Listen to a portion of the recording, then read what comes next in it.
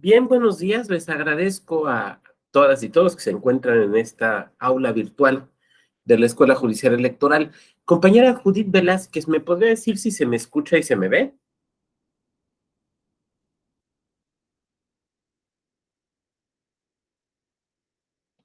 El compañero Delfino, ¿se me escucha y se me ve? Sí, sí, doctor, Per- buenos días.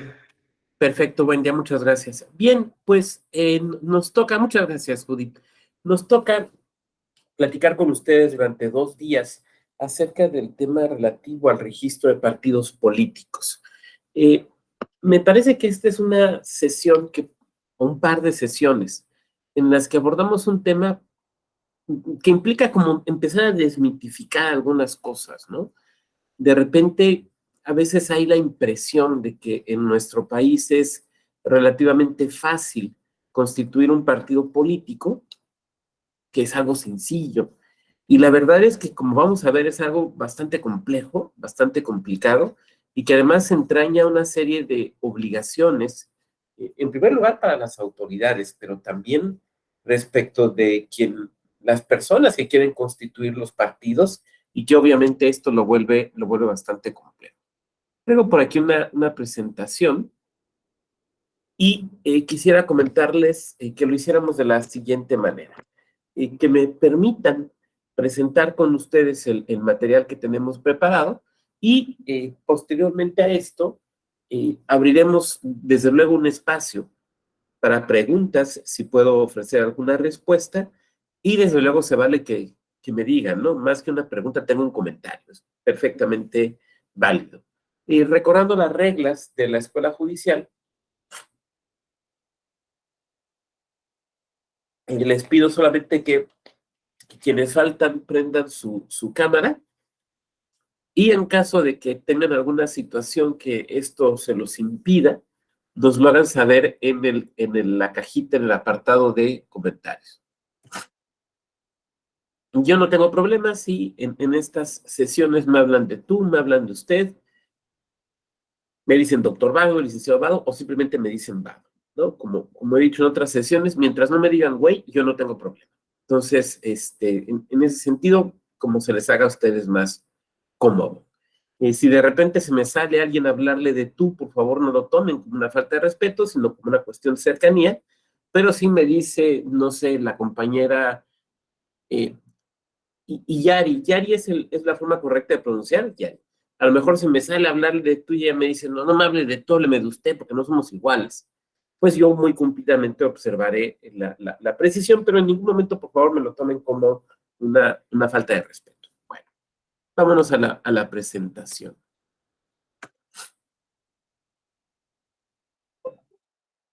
Vamos a hablar del registro de partidos políticos, no solo ante el INE, o no solo los nacionales, sino también los partidos políticos locales. A ver, ustedes saben, ya a estas alturas, que tenemos en México, desde la perspectiva jurídica, dos tipos de partidos, ¿no? Partidos políticos nacionales y partidos políticos locales, siendo los primeros aquellos cuyo registro es obtenido ante el Instituto Nacional Electoral, y los segundos los que cuentan con registro ante un OPLE. Históricamente han existido, insisto, desde la perspectiva jurídica, han existido otro tipo de partidos. Hemos tenido partidos políticos municipales. Algunas entidades los han regulado a lo largo de la historia de México y, por ejemplo, en los años 20,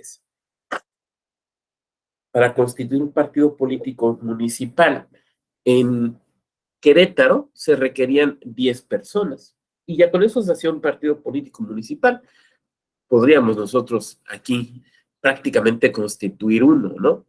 Por eso se entiende aquella afirmación de que cuando se funda el PRI, ¿alguien se acuerda en qué año se fundó el PRI?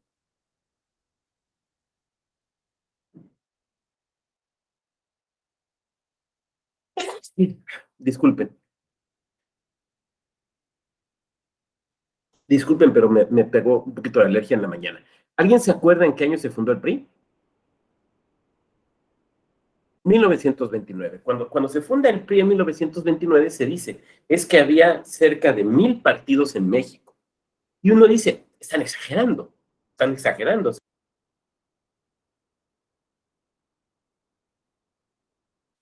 Quieren decir que había muchos partidos, pero no que exactamente hubiera casi 1000. No, es correcto, había casi 1000 partidos políticos. ¿Por qué razón? Porque había partidos políticos municipales.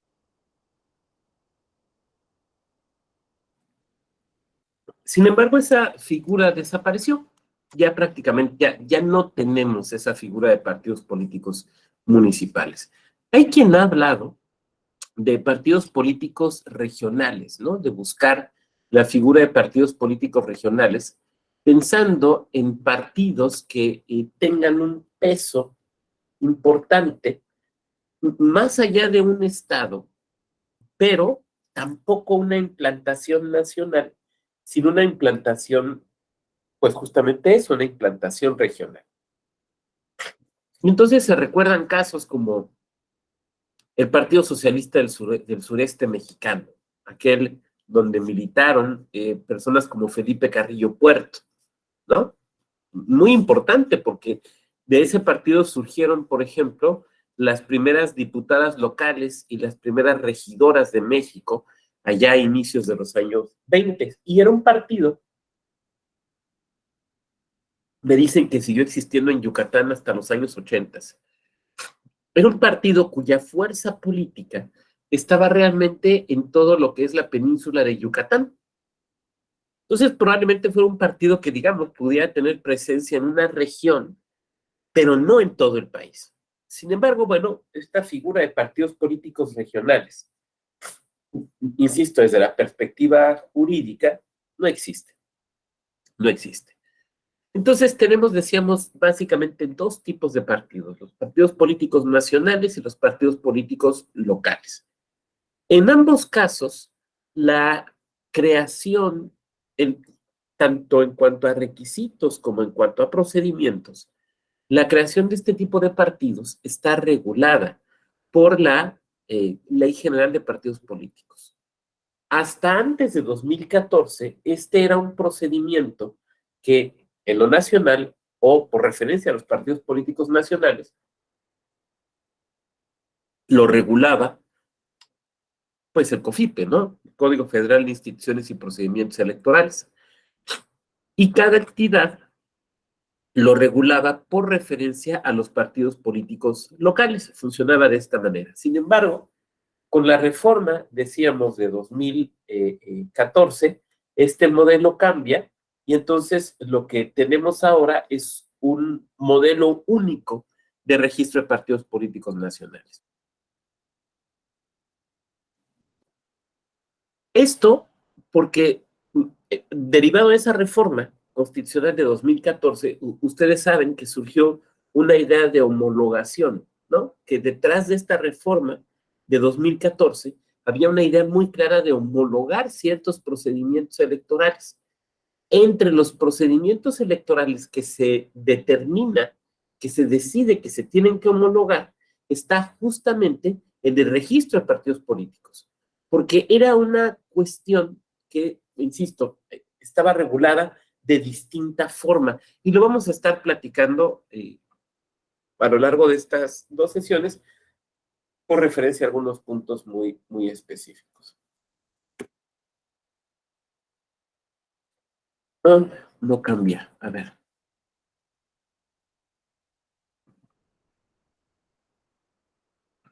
Se trabó. Ahí está.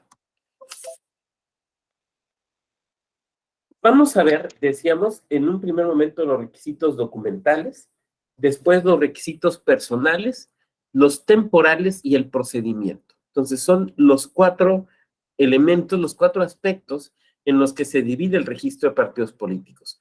Primero, ¿qué papeles se les piden? ¿Qué documentos se les piden? Después, los requisitos en cuanto al número de integrantes, de personas ciudadanas, ciudadanos militantes de estos partidos políticos. Los requisitos temporales, que son muy importantes. ¿En qué momento se puede constituir un partido político en México? Y por último, el procedimiento a seguir. Ahí vamos a tener que entrar con mucha profundidad a desbrozar, digámoslo así, el procedimiento. Yo empezaría preguntando, para hablar de los requisitos documentales, ¿cuáles son los 3 documentos básicos de todo partido político? Quien me los quiera decir.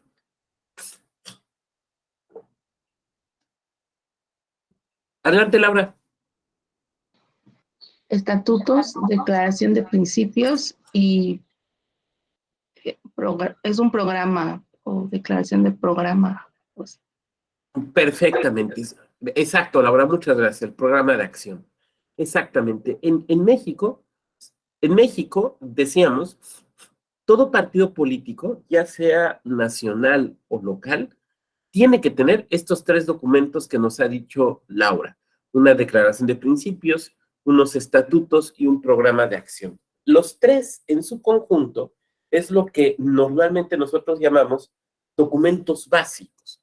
Y les llamamos así porque son esa triada o esa trilogía de documentos que necesariamente todo partido político tiene que tener. Si no los tienen, no pueden acceder al registro en nuestro país.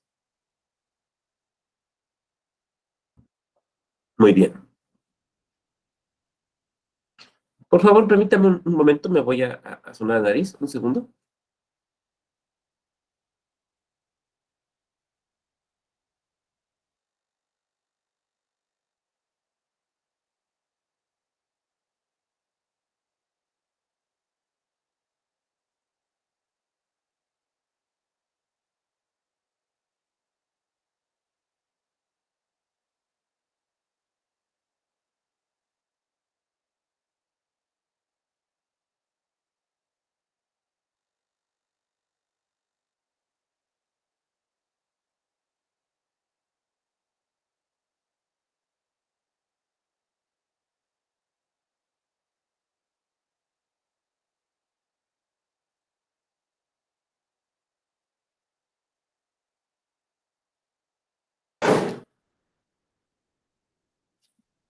Disculpen de verdad, pero bueno, quien haya tenido alergia sabe que hay días que son más complejos que otros, ¿no? Les ofrezco una disculpa.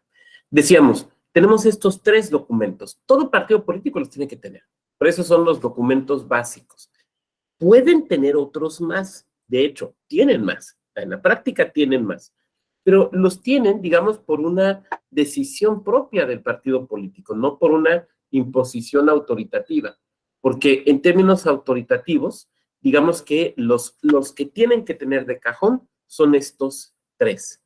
Vamos a ver algunos ejemplos de estos documentos básicos.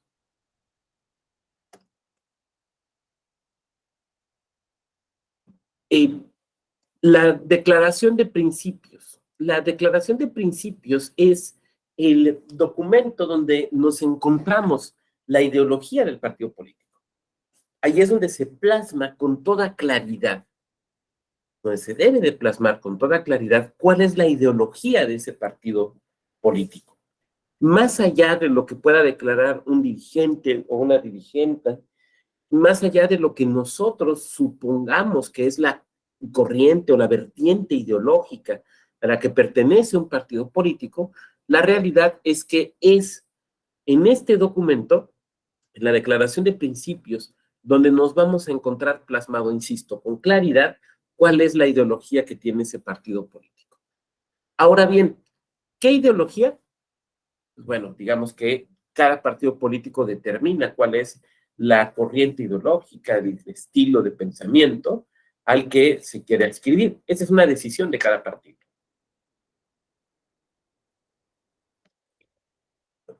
Aunque desde luego, como será claro para ustedes,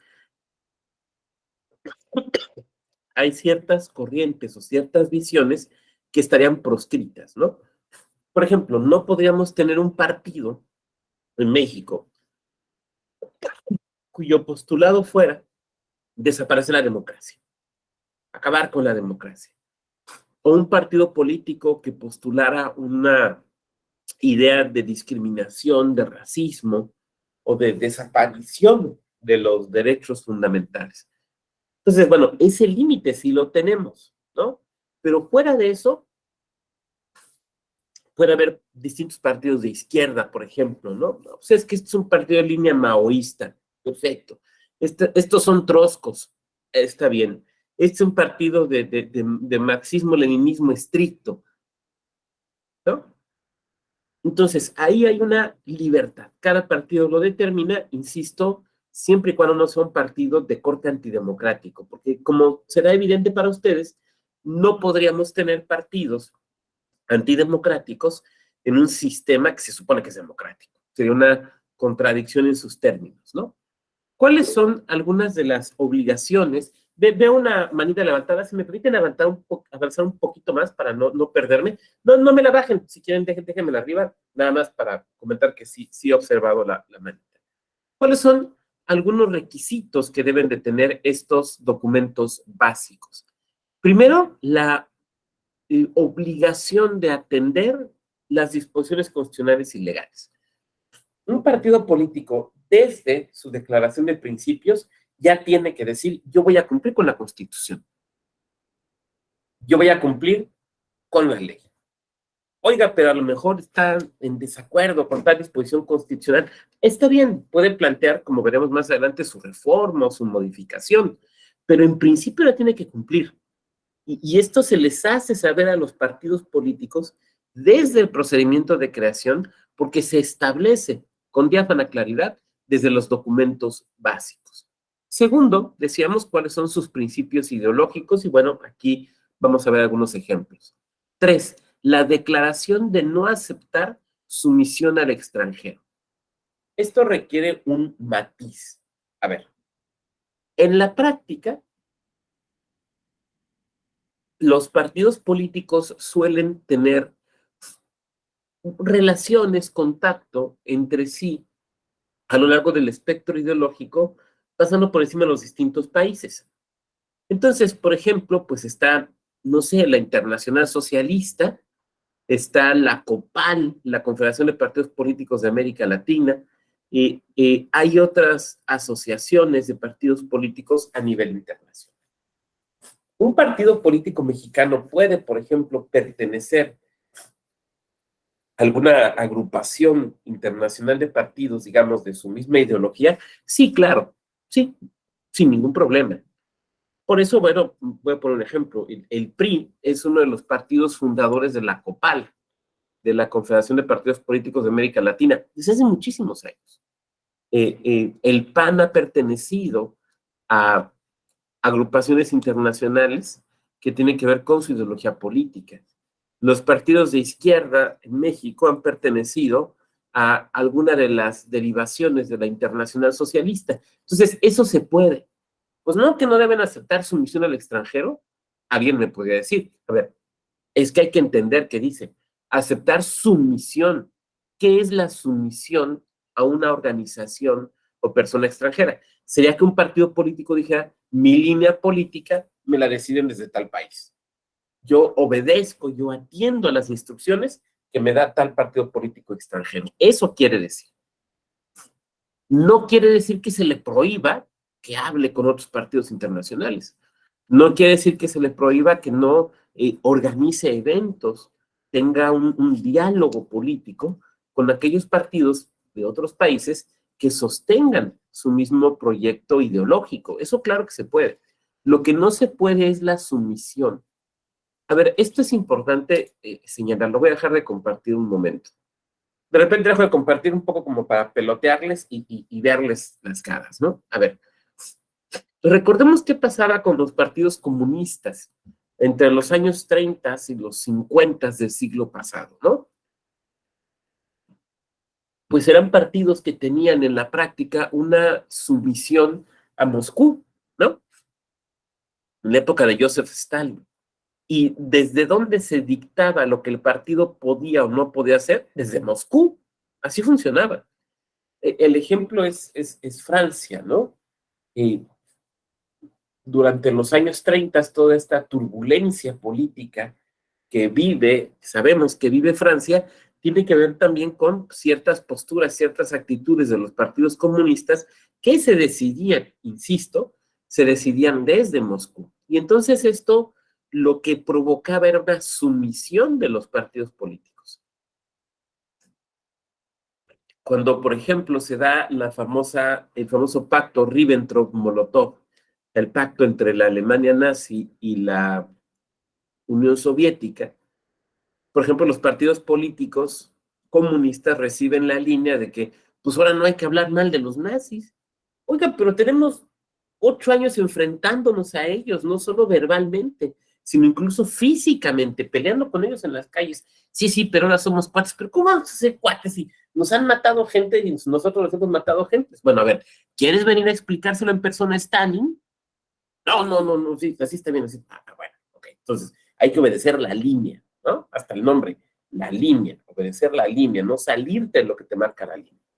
Entonces, como eso históricamente se dio, nuestra legislación lo señala con claridad. Un partido político mexicano no se puede someter, no se debe sujetar a lo que dispone un partido político externo.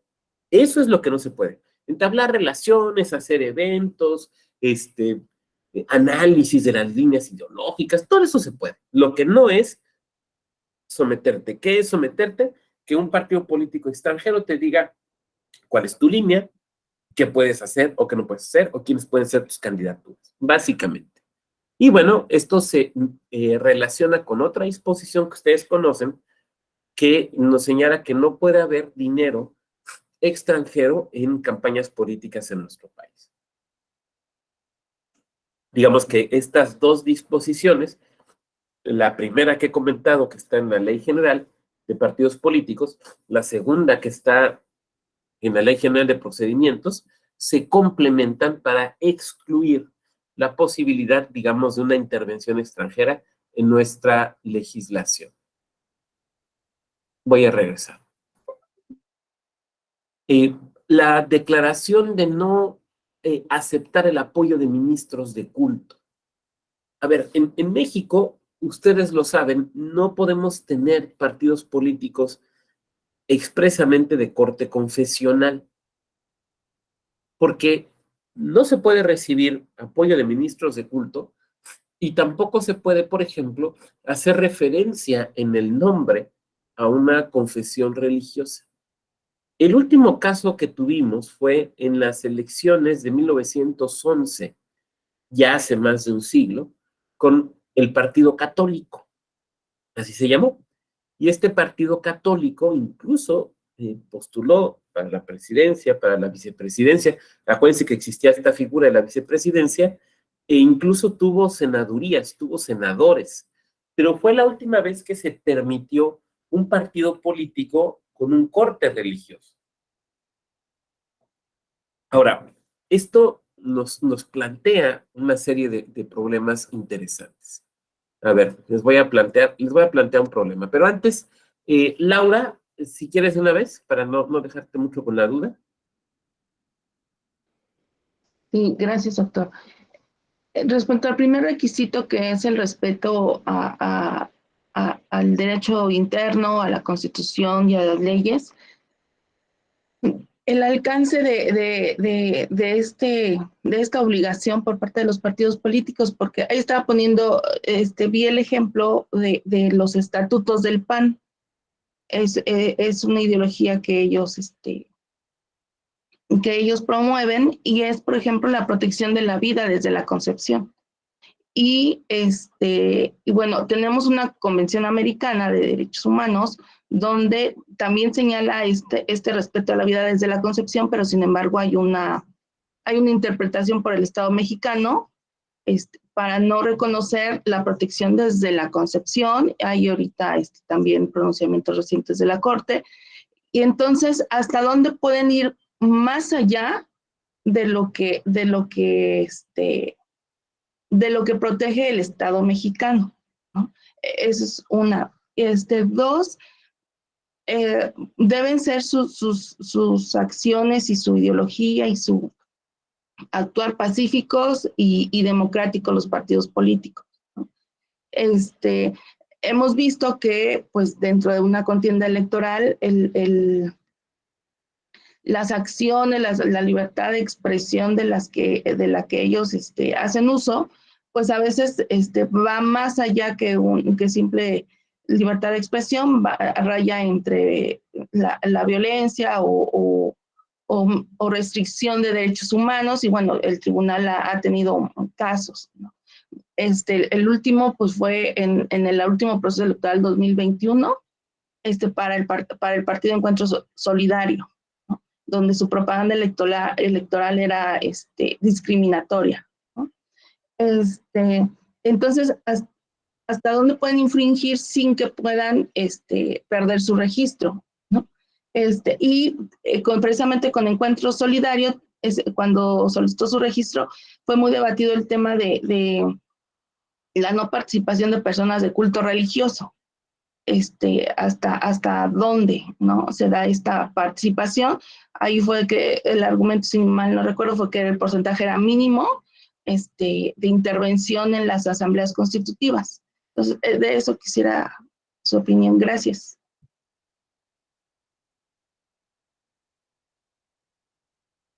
Gracias, Laura. En el caso el primer caso que apuntas, el de Acción Nacional, quería comentar un poquito más adelante, pero no hemos llegado todavía a la ilustración. Sin embargo, tú ya nos lo adelantas. Entonces, desde luego, tengo yo que dar una respuesta. A ver, lo que yo diría es que los partidos políticos pueden proponer ajustes a la normatividad, incluso a la Constitución. O sea, eso desde luego lo pueden hacer. Y tú señalabas, por ejemplo, que, bueno, hay cuestiones que derivan de tratados internacionales de los que México forma parte. El partido político puede incluso llegar a sostener, pues, que nos apartemos de un tratado internacional mediante la formulación de una reserva o simplemente, pues, aplicando la Convención de Viena y decir, ya no quiero jugar con esto y entonces me salgo, ¿no? Entonces, sí, desde luego, eso lo pueden plantear. Ahora, claro está que en el tema que tú señalas, que es desde luego un tema debatido, uno podría decir que está afectando el entramado de derechos humanos, ¿no? Yo aquí lo que señalaría es que estos estatutos son anteriores a algunos de los pronunciamientos más recientes que se han tenido en la materia, por un lado. Por otro lado, que desde luego sigue siendo, hablo desde la perspectiva política, no hablo desde la perspectiva de los derechos, ni desde luego desde una perspectiva personal, que aquí es absolutamente irrelevante, desde luego, ¿no? Ha seguido siendo un tema debatido. Tenemos decisiones de la Corte y tenemos, por ejemplo, no sé, la nueva Constitución de Nuevo León que establece algo muy similar a esto que estamos viendo, ¿no?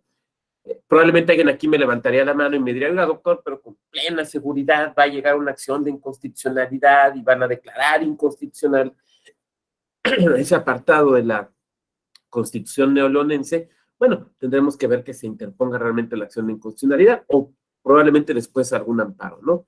Eso respecto del primer punto. Respecto del tema de la violencia, a ver, sí, pero aquí lo que tenemos la forma en la que se han abordado los temas de los partidos políticos es vinculado a un derecho fundamental, o a dos en realidad, que es el derecho a la asociación política y el derecho de participación en los asuntos públicos. La constitución de un partido político es una manifestación del derecho de asociación, es, digamos, la manifestación del derecho de asociación en materia política que tenemos las mexicanas y los mexicanos. Desaparecer un partido político, quitarle el registro a un partido político, lo que se ha entendido es que es la máxima sanción para el partido, porque implica su desaparición, pero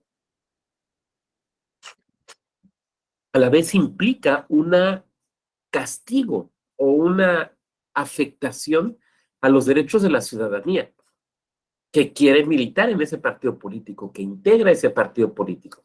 Entonces, por eso se ha visto como la última opción, diríamos la opción nuclear. ¿Ha habido disolución de partidos políticos en México? Sí. Sí, en los años 40 y 50. Estoy pensando el partido enriquista, por ejemplo, ¿no? O alguna asociación de partidos del pueblo que le llamaban, sí. Pero ha sido, insisto, una circunstancia extraordinaria, una circunstancia extraordinaria. Y Ahora, a nivel internacional, ¿hemos tenido disolución de partidos políticos? Sí. Hay un libro del magistrado Luis Espíndola Morales, de Sala Regional Especializada, que se llama Ilegalización de Partidos Políticos. Ahí él aborda con profundidad algunos casos. Hay un caso muy famoso del partido Puerta Dorada,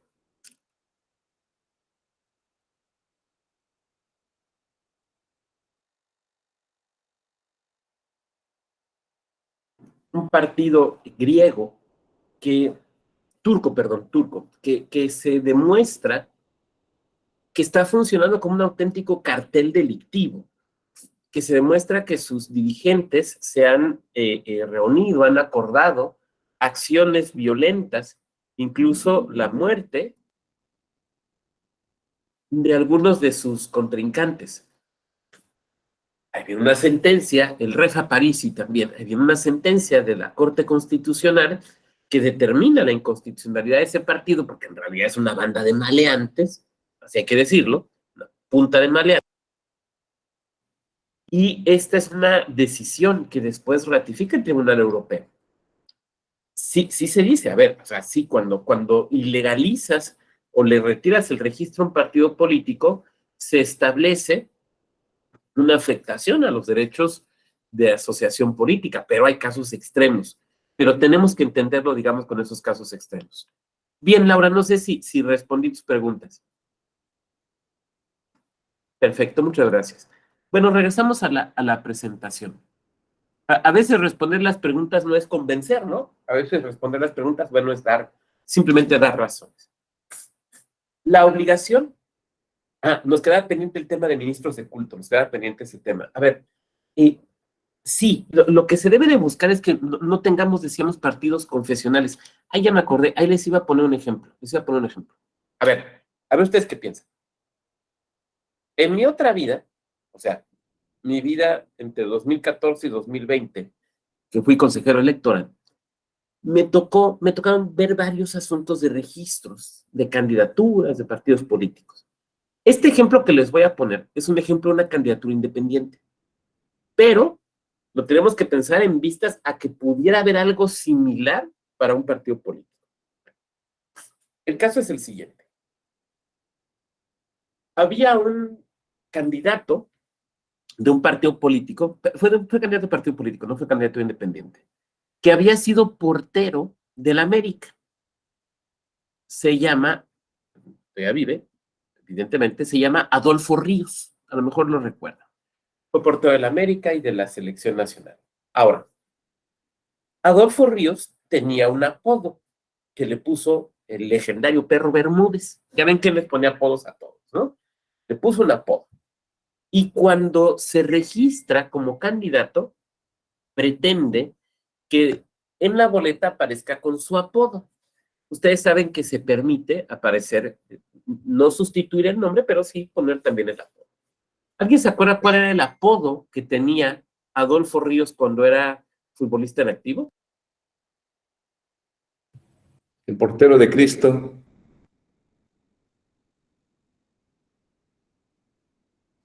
Exactamente, se le llamaba el portero de Cristo. ¿Por qué? Porque cuando salía a lo que le llaman achicar, cuando venía un delantero hacia él, salía a achicar. ¿Qué es achicar? Es una forma que tienen los porteros de salir, o las porteras, con casi en cuclillas extendiendo los brazos. ¿Se acuerdan? En fútbol eso se llama ser un Cristo. Entonces, por eso le decían, por eso surge el apodo del arquero de Cristo, porque salía haciendo el Cristo, ¿no? Entonces se solicita el registro como el arquero de Cristo. ¿Cómo ven? ¿Se lo damos o no se lo damos? Yo veo que Delfino dice que no, veo otras caras dudosas. ¿Se lo damos o no se lo damos? ¿Quién quiere opinar?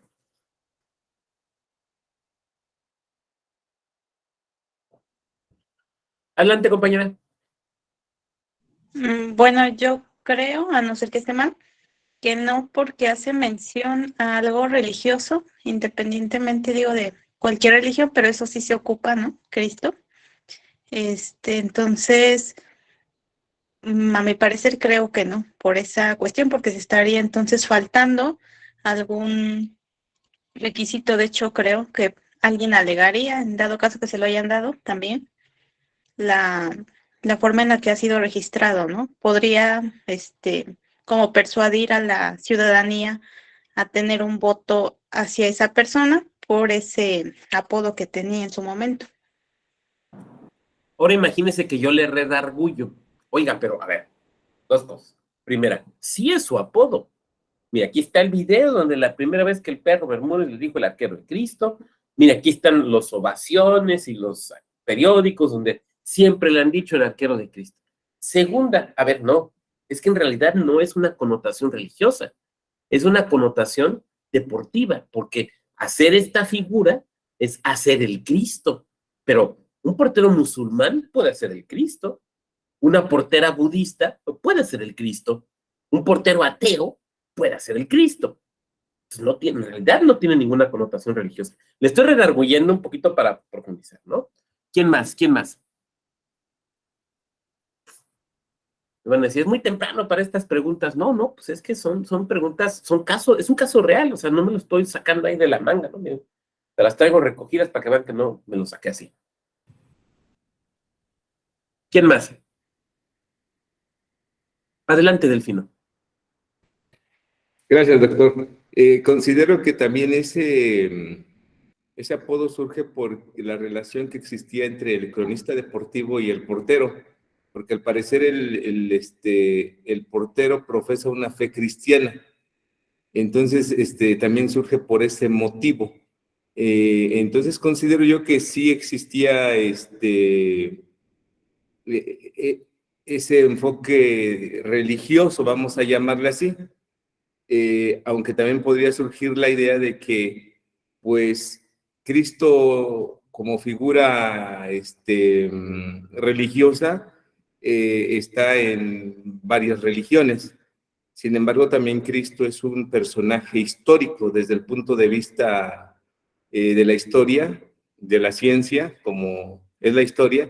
Jesucristo es un personaje histórico, no es un personaje en sí mismo religioso, que lo han tomado como un símbolo religioso, es otra situación, ¿no?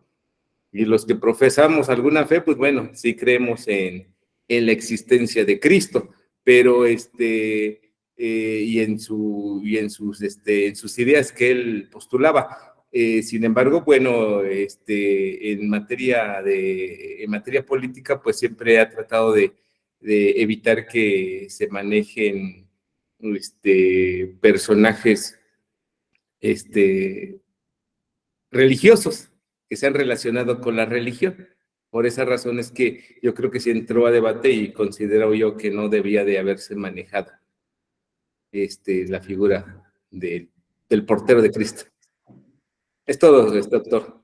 Desde luego, muchas gracias, Delfino. Desde luego, a ver, es que sí, o sea, Cristo también tiene, digamos, una connotación filosófica, lo han dicho los tribunales, una connotación histórica, pero tiene esencialmente una connotación religiosa. Y en el fútbol ha habido estas relaciones. No sé si recuerden, bueno, estoy hablando probablemente de épocas anteriores a su nacimiento, un futbolista, seguramente, un futbolista del América que se llamaba Toniño, y le decían el bíblico Toniño. Yo, pues, ¿por qué bíblico? Porque, digo, de lo poco que sé de la Biblia, no me acuerdo que algún apóstol haya sido Santo Niño, ¿no? ¿Por qué Toniño el bíblico? Y resultó que porque profesaba cierta confesión cristiana y lo que hacía es que al terminar cada partido de fútbol, alguno de los jugadores del equipo contrario le regalaba una Biblia. Llegaba y contigo, oye, Said, me marcaste muy chido hoy, no me dejaste ninguna gambeta, toma, te doy la Biblia, ¿no? Oye, portero fulento tal, que te metí 4 goles, híjole, pues ni modo, hermano, a veces así pasa, ¿no? Pero mira, te doy una Biblia. Entonces sí se dan estas relaciones, sí se dan estas relaciones. Y la verdad es que Yari y Delfino tienen razón, tiene una connotación religiosa inmediata. Sabemos que no necesariamente toda apelación religiosa está excluida o en apariencia religiosa está excluida del campo electoral, se tiene que analizar el contexto. Voy a poner un ejemplo. Supongan que yo quisiera ser o yo fuera candidato a diputado, ¿no? Entonces, llega la compañera Claudia González y me pregunta, oiga, don Vado, usted que es candidato a diputado, nos andan diciendo que la iglesia lo anda apoyando, que usted está muy comprometido con ella y que si usted gana va a buscar que, no sé, que puedan tener estaciones de radio y televisión. Voy a poner un ejemplo, ¿no? Entonces me dice ella eso y yo le contesto, no, compañera, porque ya la Biblia lo dice. Híjole, pues, ¿a poco sí se puede citar la Biblia? Ya la Biblia lo dice. Dar a Dios lo que es de Dios y al César lo que es del César. Se fijan que utilicé una frase bíblica, pero para deslindarme de la cuestión religiosa, ¿no? Entonces, no es un no en automático, es un no que se tiene que analizar, o es una situación que necesita un análisis. Para no dejarles con la duda, en este caso concreto, el Consejo Municipal, que era quien le correspondía, bueno, era un Consejo Distrital en funciones de Consejo Municipal, niega la petición por los evidentes contenidos religiosos que ustedes han explicado con mucha claridad, que yo ya no profundizaré. La verdad es que yo pensé que iban a impugnar, y hubiera estado muy interesante que impugnaran, pero no lo hicieron. Entonces digo, bueno, entonces el arquero de Cristo, no. Bueno, pues pongámosle el arquero del pueblo. Bueno, ok, el arquero del pueblo. Entonces quedó así. Pero la verdad es que hubiera sido muy interesante porque creo que hubiera podido profundizar, aunque, esta es mi opinión, yo creo que se hubiera sostenido el no por las razones que aquí ya la compañera y el compañero expusieron. Adelante. Sí, concuerdo con usted y creo que, aunque bien lo mencionaba el compañero Delfino, es usado en varias religiones, ¿no? Cristo sí se considera, pero sí recordemos también cuando hubo estas elecciones en donde participó el señor Vicente Fox, mucha gente sí hizo caso a la religión, el hecho nada más de sostener el estandarte de la Virgen de Guadalupe hizo cambiar que, digamos, la ideología de las personas. Tal vez no concordaban tanto con él y no era muy conocido, pero con esto la gente realmente cambió su perspectiva. México creo que es un país que está mucho con la religión católica. Evidentemente esto data de la historia, pero sí hay, o sea, la religión católica, aunque ya no está tan comprometida con el Estado como hace algunos años, pero no hubo esa separación total. Entonces yo considero que sí cambia, ¿no? La ideología de la gente, el uso de palabras, el uso de estandartes, así como o algunas otras acciones que por ahí algunos partidos políticos siguen teniendo. Entonces yo considero que sí.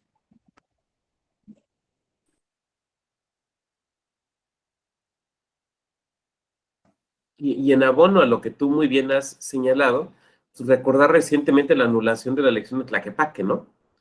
Justamente por el uso, por la apelación política que hace un alto jerarca de una confesión religiosa, un cardenal, y dice uno, bueno, sí, estos siguen siendo temas, a veces uno piensa que están superados, ¿no? Pero la verdad es que siguen siendo temas vigentes, o sea, se siguen anulando elecciones por esto, se siguen solicitando registros, o sea, estos temas ahí están todavía, ¿no? Ahí están dando vueltas y hay que estar atentos.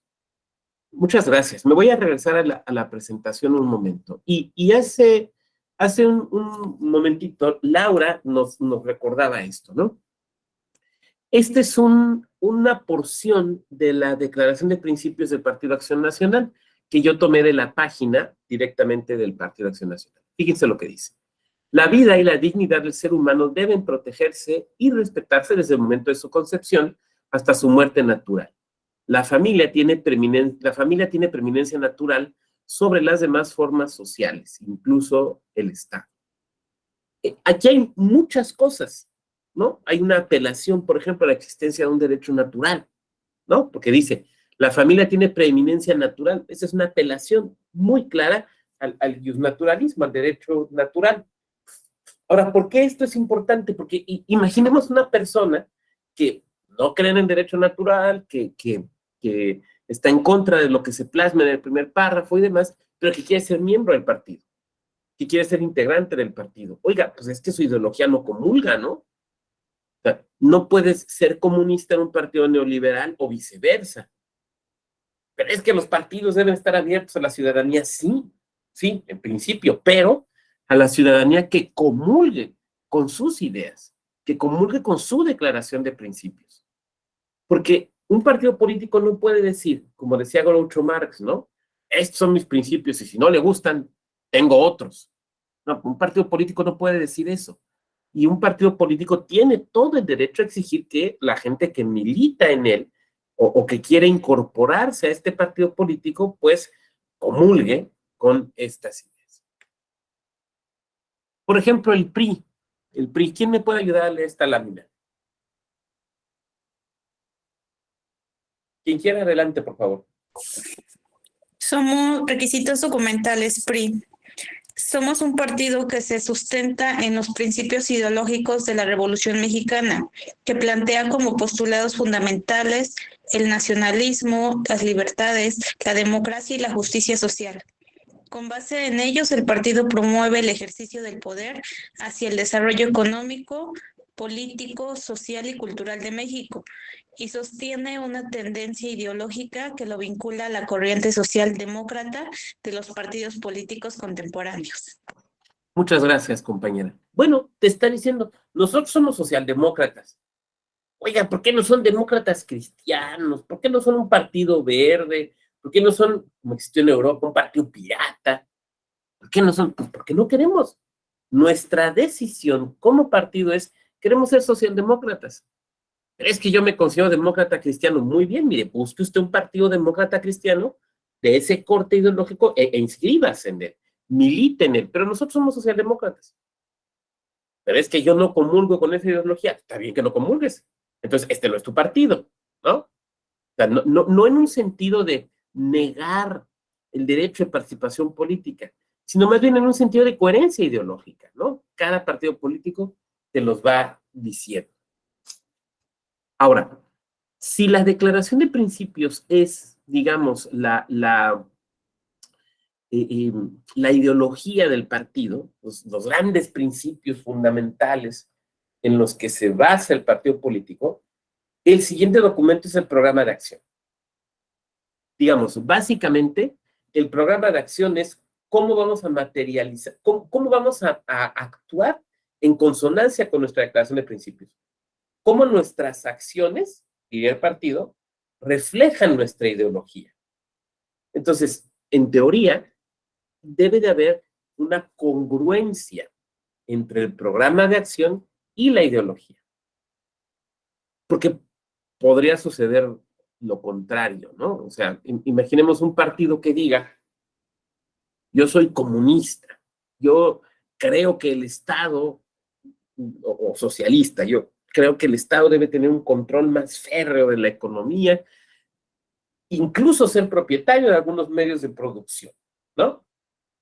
Y en el programa de acción, imagínense que dijera, proponemos privatizar todas, absolutamente todas las empresas públicas. Uno diría, pues ahí hay una disonancia, ¿no? Ahí hay una contradicción. Entonces, por eso digo, debe haber una coherencia entre el programa, entre la declaración de principios, las grandes verdades del partido y el programa de acción. Debe haber una congruencia entre ambos.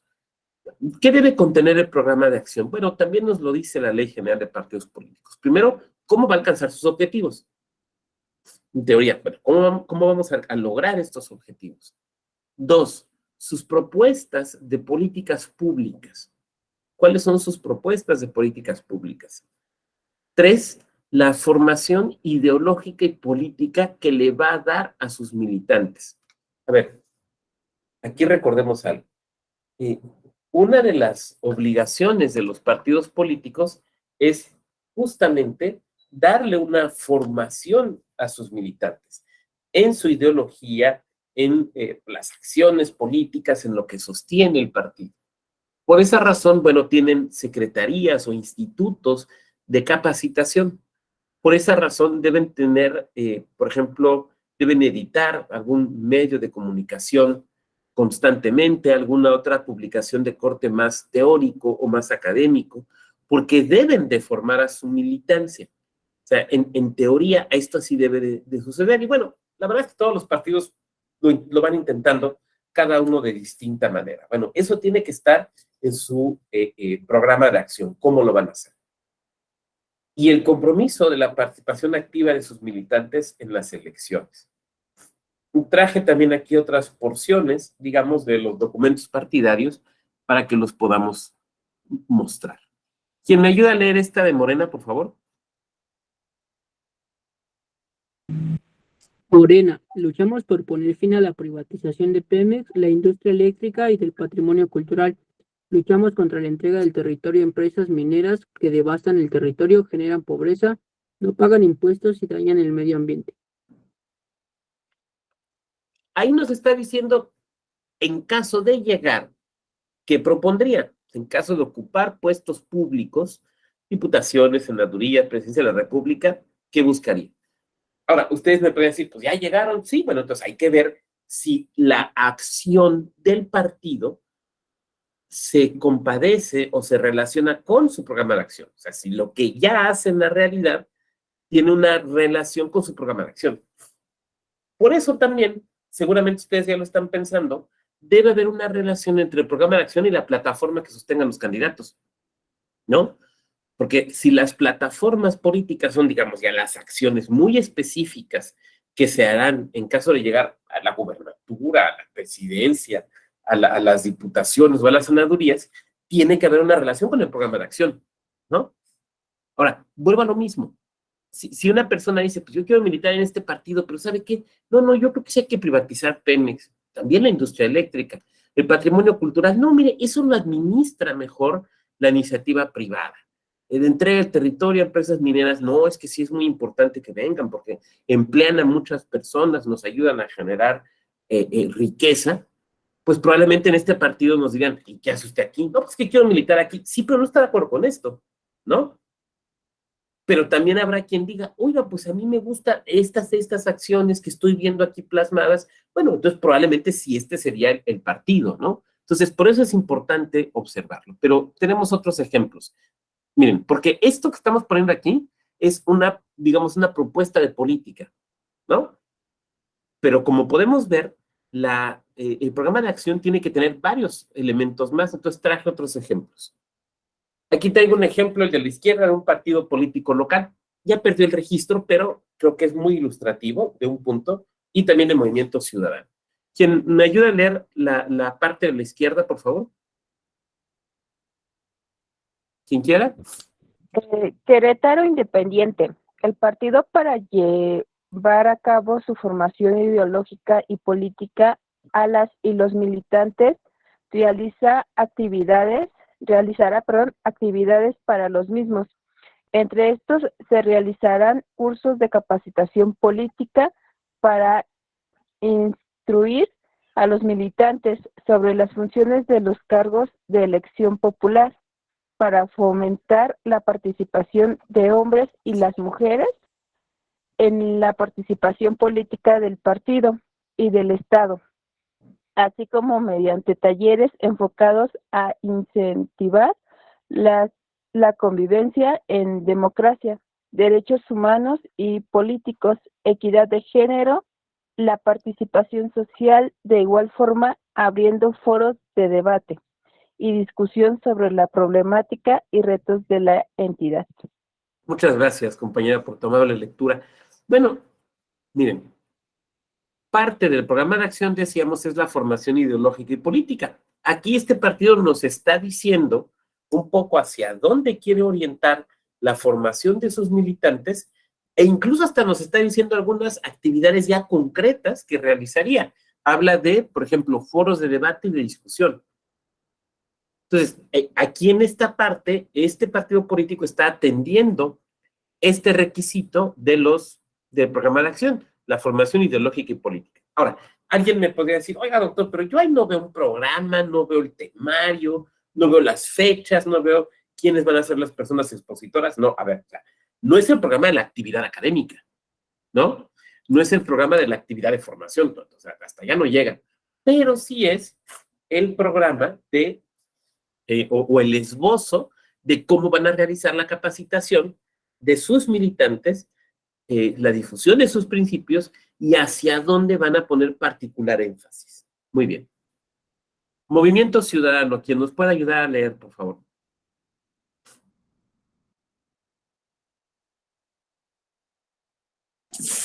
Movimiento Ciudadano. Promover la descentralización política y federalización nacional y equitativa de los recursos públicos como instrumento para realizar la esencia del sistema federal que nos rige, mediante el respeto a la soberanía de los estados y el fortalecimiento de la autonomía municipal, incrementando su capacidad para participar en los asuntos federales que les afecten. Muchas gracias, compañera. Entonces, aquí tenemos, por ejemplo, algo muy claro. Si Movimiento Ciudadano llega a ocupar, no sé, la presidencia de la República, un mayor número de posiciones en el Congreso de la Unión, ¿qué va a buscar, entre otras cosas? Pues claramente esto, una modificación de las competencias, por ejemplo, de los municipios, un fortalecimiento de la federalización de algunos temas. Ahí está. Pero no porque yo me lo esté inventando, no porque yo suponga, no porque, pues es que tengo un compadre que ahí milita y me dijo que si ellos llegan, no, porque el propio partido lo está diciendo, ¿no? El propio partido lo está diciendo. Ahora, idealmente, insisto, debe haber una coherencia entre el programa de acción y la plataforma que se sostenga en las elecciones. Porque si no, bueno, pues ahí tendríamos un grave problema. Los estatutos de los partidos políticos. Híjole, estos cómo nos han dado dolores de cabeza a los órganos electorales administrativos y a los tribunales. ¿Por qué? Porque los partidos políticos, y ustedes lo saben, se suelen poner muy creativos. Entonces, hay puntos que ahorita vamos a platicarlos, ¿no? Por algunos, no todos, nos llevaríamos mucho tiempo, pero sí algunos. A ver, los estatutos son como los estatutos de cualquier sociedad civil, asociación civil, empresa mercantil. Los estatutos son documentos que dan la estructura, nos muestran la estructura de esa figura asociativa, en este caso el partido político, cuáles son sus órganos de dirección de gobierno, las bases de sus procedimientos internos y, digamos, los derechos y obligaciones de quien forman parte de esa asociación. En el caso de un partido político, bueno, esas personas, sabemos, les llamamos militantes. Esa es la idea de unos estatutos. Es como si fuera la ley orgánica o la constitución interna de esa asociación o de ese partido político. Y entonces vemos aquí cuáles son algunos de los, bueno, cuáles son los elementos que tienen que contener. Denominación, emblema, color, colores, el procedimiento de afiliación, derechos y obligaciones de sus militantes, la estructura orgánica, normas, procedimientos de renovación, facultades de sus órganos, normas de postulación, la plataforma electoral como una obligación. De hecho, ustedes saben, ¿no? Que antes de registrar un candidato o una candidata por un partido político, primero se registra la plataforma. O como se decía en los años 70, primero es el programa y luego es la persona, ¿no? La obligación de sostener la plataforma, tipos y reglas de financiamiento, justicia intrapartidaria y sanciones aplicables. Esto podemos verlo como una especie de checklist.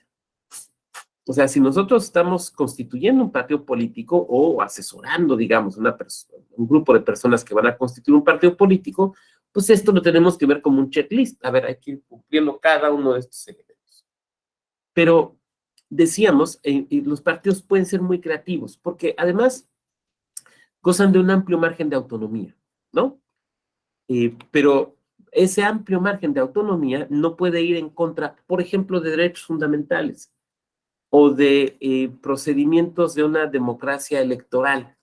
Entonces, a veces los partidos se han puesto muy creativos. Bien. Permítame un segundo, por favor.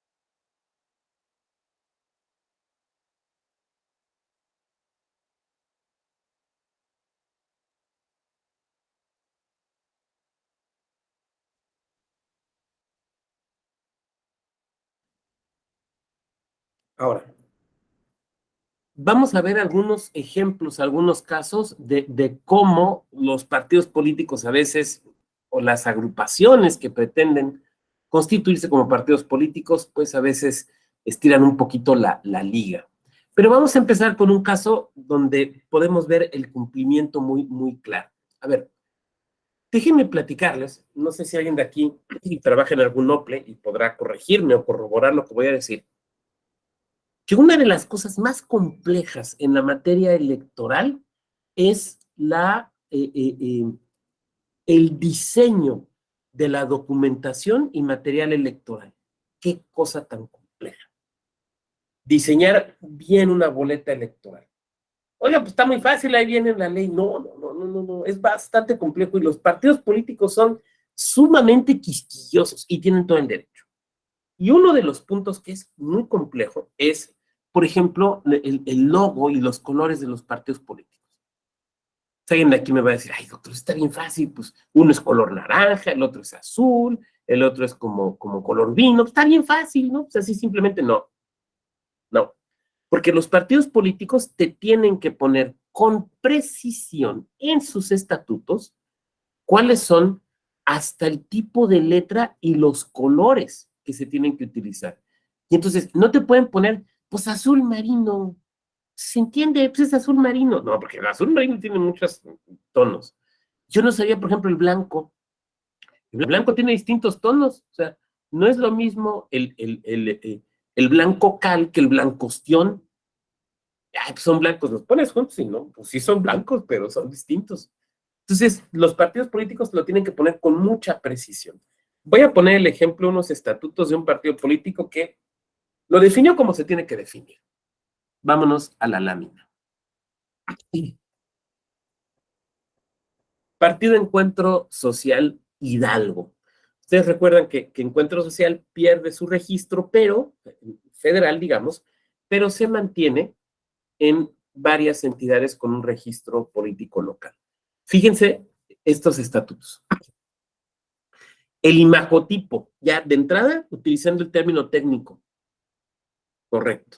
Si aquí en esta aula virtual hay un diseñador o una diseñadora, podrá corroborar. Es el término técnico correcto. El imagotipo de Encuentro Social Hidalgo consta de dos partes, un isotipo y un logotipo, y está diseñado a 4 colores. Gris Pantone 431C. ¿Qué es el Pantone? Ustedes lo saben, es el catálogo internacional de colores, ¿no? Entonces, el gris 431C es el mismo en cualquier parte. O sea, no nos está diciendo, pues hay un grisecito, no, específico. Gris Pantone 431C. Cuando vas, por ejemplo, a la empresa donde vas a imprimir, a la imprenta, donde vas a imprimir las boletas, al diseño y demás, así se los pones. Y cuando va el partido político que te van a acompañar, por ejemplo, cuando inicia la producción de las boletas electorales, el partido saca su Pantone, ¿eh? A ver, tráigame la boleta, a ver. No, sí es. O no es, y órale, corríjanle, ¿no? Esa es una razón por la que, por ejemplo, cuando se empieza la impresión de las boletas, las primeras no sirven, porque los colores se tienen que asentar.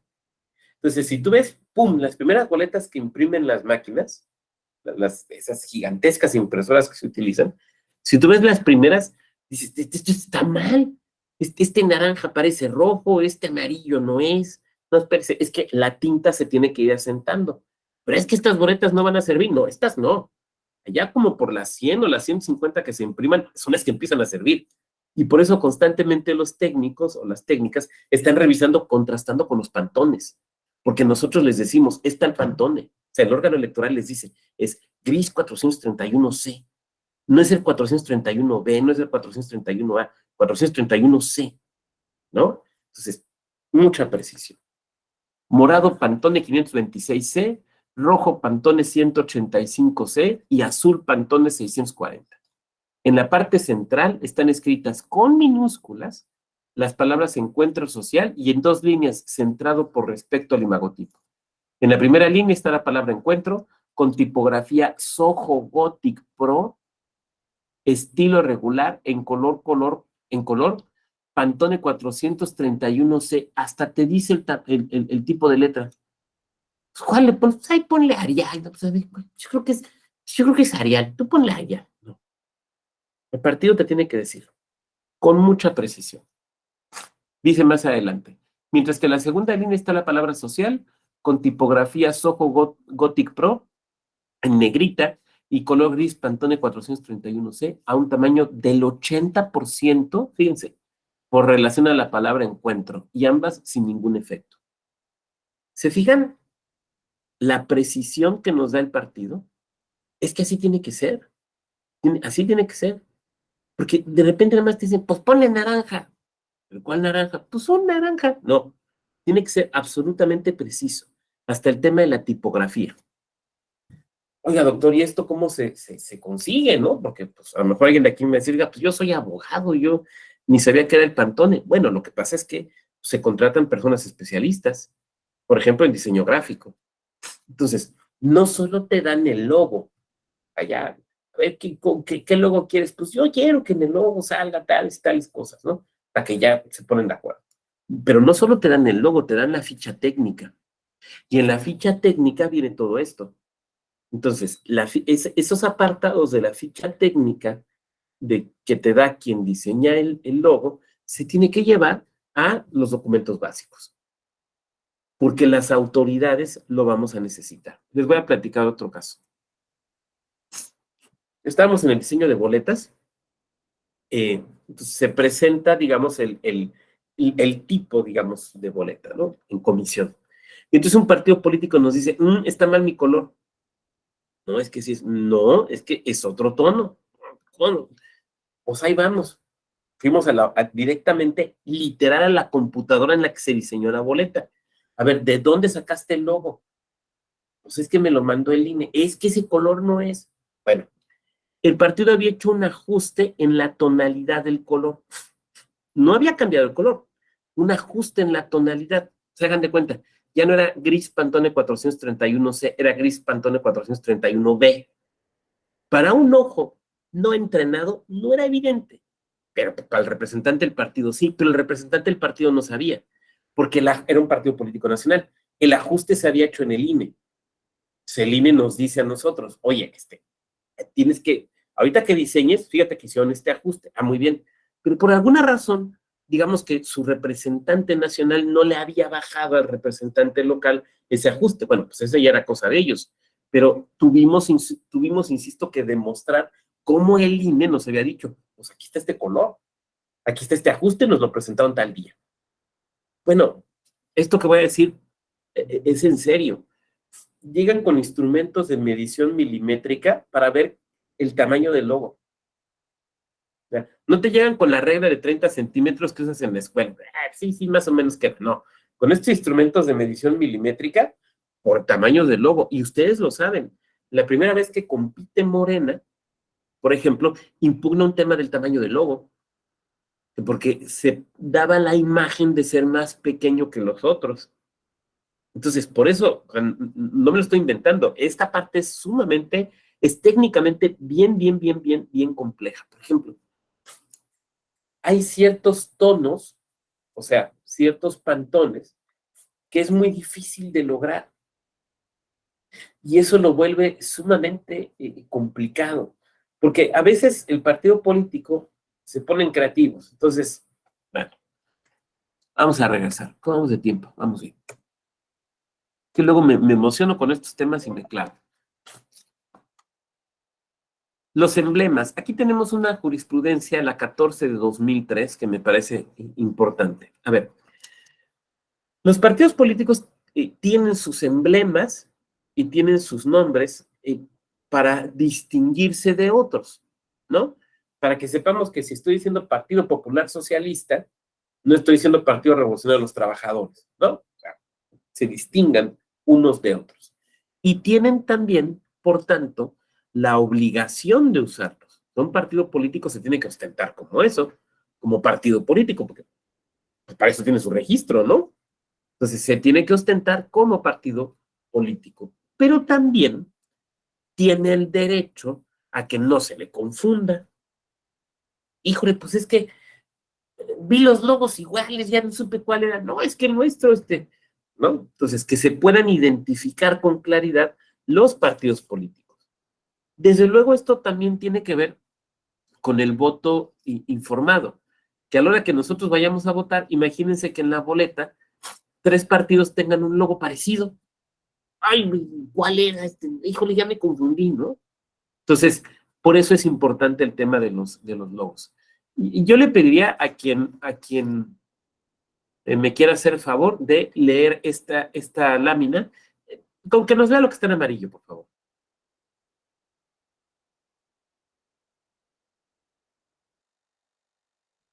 Dado que el uso de esos elementos en el emblema de 2 o más partidos políticos no conduce de por sí al incumplimiento del objeto para el que están previstos, caracterizar y diferenciar a los partidos políticos, sino que esto solo se puede dar en el caso de que su combinación produzca unidades o productos similares o semejantes que puedan confundir a quien los aprecie u observe e impedirles que puedan distinguir con facilidad a cuál partido político pertenece uno y otro. En atención a esto, legalmente no podría considerarse que existe el derecho de uso exclusivo de los elementos separados de los emblemas registrados por los partidos políticos. Muchas gracias. A ver, está un poco teórico, ¿no? Un poquito complejo. Vamos a ponerlo con un ejemplo para tratar de entenderlo. Ustedes recuerdan que Movimiento Ciudadano se llamaba originalmente ¿cómo? ¿Cuál era el nombre anterior del Movimiento Ciudadano? ¿Convergencia? Exacto. ¿Y se acuerdan cuál era su logo? Era un águila. Sí, Tenía un la águila águila. republicana. Exacto, tenía un águila con naranja, ¿no? Entonces, bueno, este es un caso que data de esa época, cuando Movimiento Ciudadano se llamaba Convergencia, porque cambió de nombre, cambió sus estatutos, cambió el nombre, y tenía su águila, ¿no? Entonces, tenía su águila y tenía el color naranja, ¿no? Bueno, un partido político de Jalisco, bueno, una agrupación de ciudadanos de Jalisco que quería constituirse como partido político local, pone que, no, pues en mi logo, fíjese que yo también voy a tener un águila y también voy a tener naranja. Entonces los de Movimiento Ciudadano, los de entonces Convergencia, dicen, espérate, nos van a confundir. Es como que un águila, y ya tengo yo un águila. Como que naranja, pues yo ya tengo naranja. No, a ver, eso está mal. Quítenle el registro o condiciónenselo a que no tenga un águila, tenga un coyote o algún otro animal, que no tenga naranja, que tenga otro tono. Bueno, ¿cómo lo ven? Así planteado, ¿cómo lo ven? ¿Se puede, no se puede? ¿Pueden 2 partidos compartir, digamos, el animal que aparece en su logo, compartir un color? ¿O esto se presta a la confusión del votante y la votante? ¿Cómo lo ven?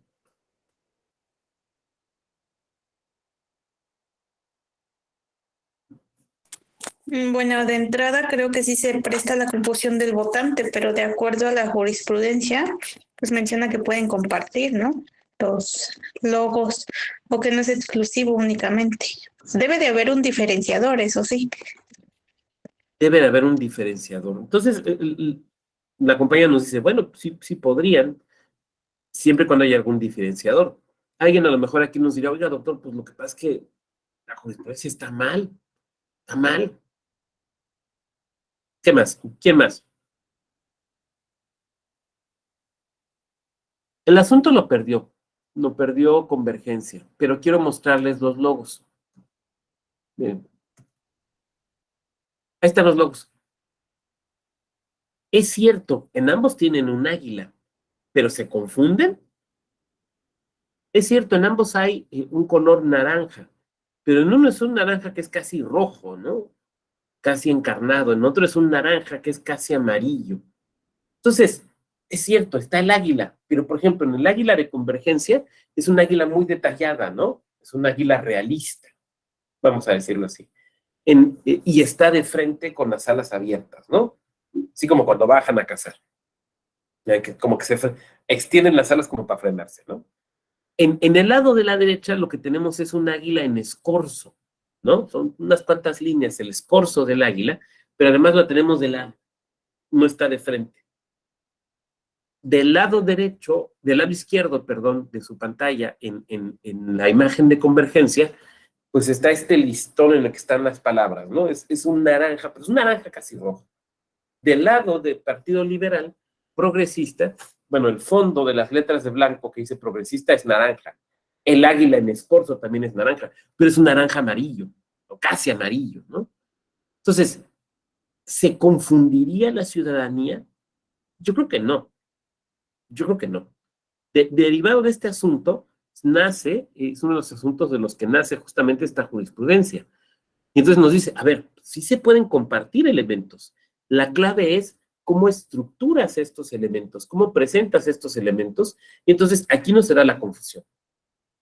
Dicho de otra manera, ningún partido tiene, por decirlo así, la exclusividad de los colores. Lo que pasa es que lo que se debe de buscar es que no se genere una confusión. Acuérdense que estamos dentro de los estatutos, ¿no? Entonces, por ejemplo, el tema de la militancia. ¿Cuál va a ser el procedimiento para hacerme militante? Hace muchos años, cuando yo estudiaba la carrera en Derecho y era bastante chícharo de algún despacho, y pues, por ejemplo, llevabas a los testigos, ¿no? Pero era la época, y estoy revelando mi edad, era la época en la que estaban haciendo la credencial para votar. Entonces, mucha gente la verdad es que todavía no la tenía. Entonces, llevabas los testigos y muchas veces los testigos iban sin documento de acreditación de identidad porque no se estilaba la credencial. Entonces, el juzgado te prevenía y te decía, a ver, te voy a recibir el testimonio, pero te doy 3 días para que me acredites con algún documento con fotografía que Juan Pérez sí es Juan Pérez, ¿no? Bueno. La costumbre de los abogados era que los mandaban a un partido político, no diré cuál, pero un partido político, y que los afiliaran y les dieran su credencial. Porque llegabas a ese partido con una fotografía y en ese momento te credencializaban, te la engrapaban, firmabas, te daban tu credencial, ibas a la papelería de enfrente o de al lado y te la enmicaban. Entonces, no se preocupe, mire, vaya a tal partido, lleva su foto, le van a dar ahí su credencial. Y con eso se identificaban. Oiga, doctor, ¿pero a poco eso lo valían los juzgados? Sí, sí lo valían. Oiga, pero ¿cómo es? Pues, a ver, estoy hablando de hace más de 20 años. O sea, no juzguemos el pasado con los ojos de hoy.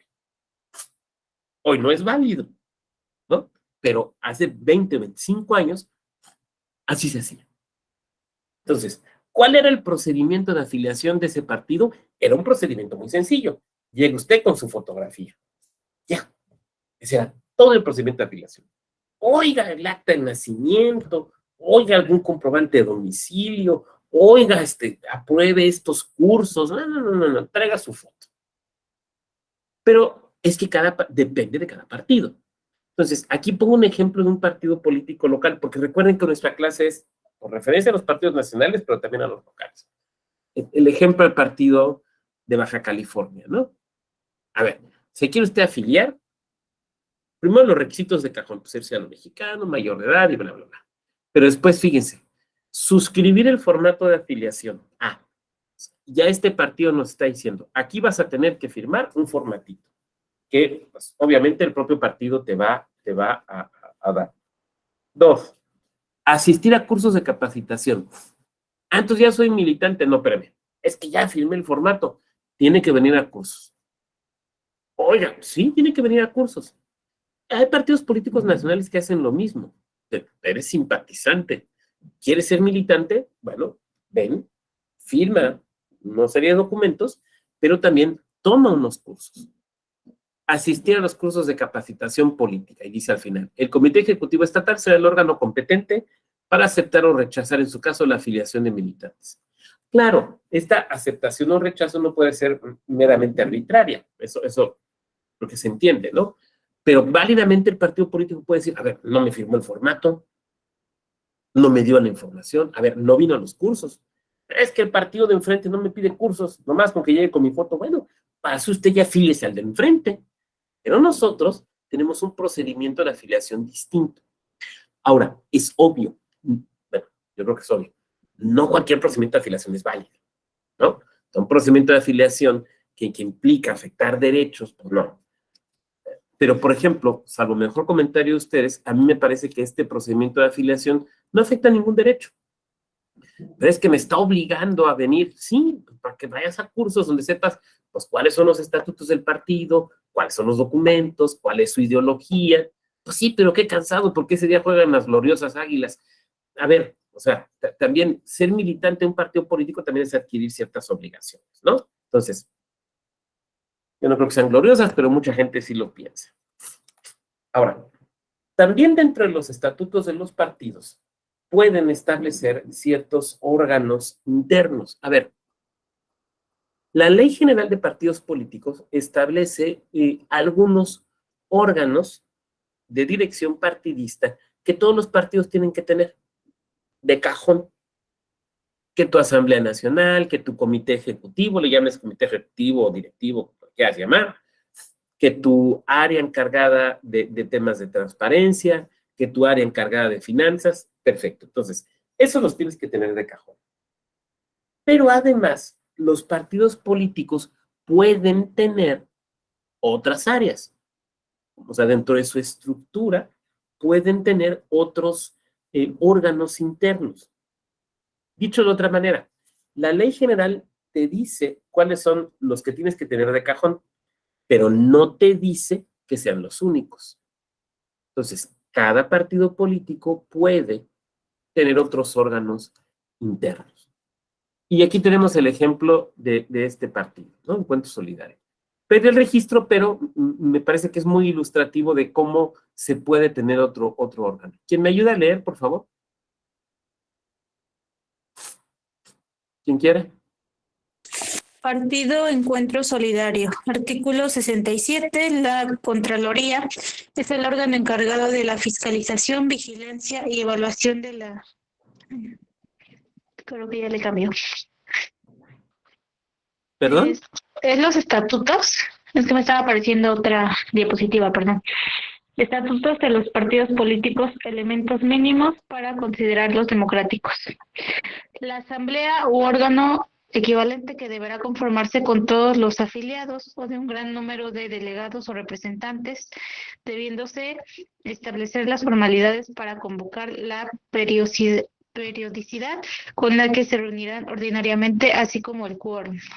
2. La protección de los derechos fundamentales de los afiliados, como el voto activo y pasivo en condiciones de igualdad, el derecho a la información, libertad de expresión, libre acceso y salida de los afiliados del partido.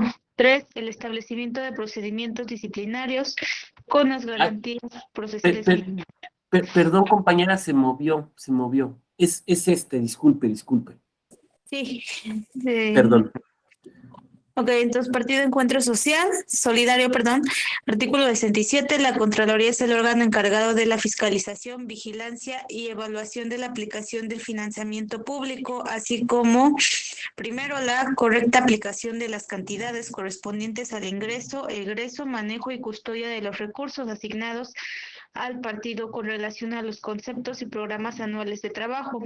Segundo, el desempeño, la eficiencia y la aplicación de la normatividad correspondiente en el ejercicio del gasto con los indicadores determinados por la instancia fiscalizadora. Tercero, prevenir, corregir, investigar y calificar actos o omisiones que pudieran constituir responsabilidades de los miembros de la institución política. Cuarto, los resultados de la gestión, situación financiera y de operaciones. Perfecto, compañera, muchas gracias. A ver, este partido decidió tener una Contraloría. Y ahí vienen cuáles son las competencias, las atribuciones y demás. A lo mejor uno diría, oye, doctor, pues parece una buena idea, ¿no? Un órgano interno de control que revise, pues, cómo están haciendo las cosas, particularmente en el área de finanzas, ¿no? No por desconfianza, sino simplemente, pues, por un principio de control, digamos, del ciclo financiero, ¿no? Pues seguramente aquí un contralor, una contralora, alguien que se dedica a la contaduría, nos diría, está muy bien, probablemente, ¿no? Oiga, ¿por qué no los otros partidos tienen? ¿Por qué solo este? Mire, tal partido no tiene Contraloría Interna y hay un despapay interno, multas a cada rato, ¿no? A ver, porque esa es una decisión de cada partido. Porque la Ley General de Partidos Políticos no obliga a que tengan una Contraloría.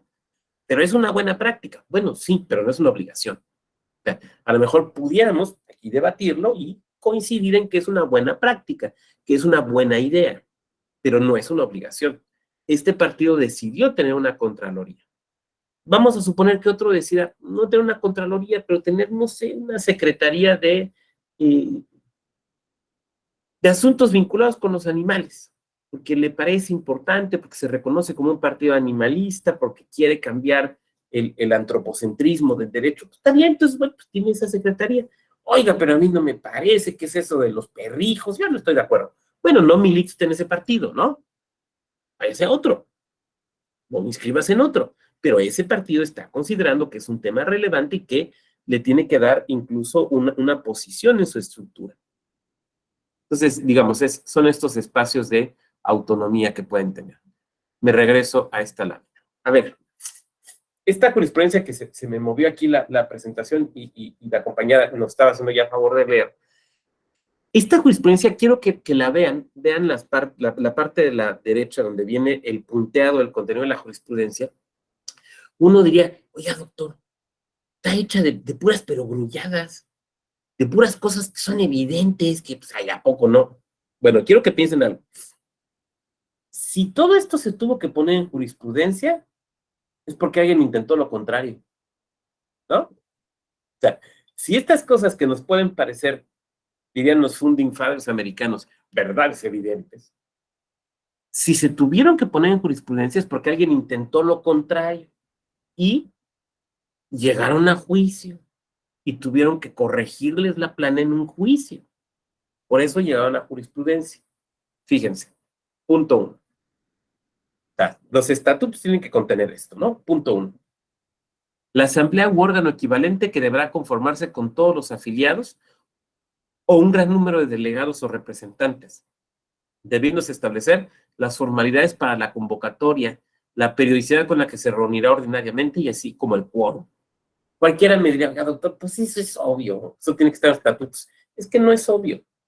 O para algunos y algunas no fue obvio. Entonces, estatutos donde se decía, nuestro órgano máximo es la asamblea. Ah, muy bien. ¿Y cómo se va a reunir? Pues ahí luego vemos. ¿Y cuándo se va a reunir? Pues ahí cuando los convoquen. No, a ver. Entonces, lo que estás haciendo es crear un órgano que nunca va a funcionar. O sea, nomás de membrete. No. A ver, me tienes que decir quiénes la integran. ¿Todos los militantes? ¿Todas las militantes? ¿O van a ser asambleas de delegados? Pues ahí luego vemos. No, ¿cuál luego vemos? No, porque luego vemos es nunca lo vemos, ¿no? Dicen que en política lo que no se hace en el momento ya no se hizo. Entonces, a ver, me lo tienes que poner aquí. Después, ¿cuándo se va a reunir? Pues cuando nos convoque el presidente. ¿Y si no te convoca? Pues entonces no. No, porque entonces, ¿quién está dirigiendo al partido? No la asamblea, sino una sola persona. Y eso no es democrático.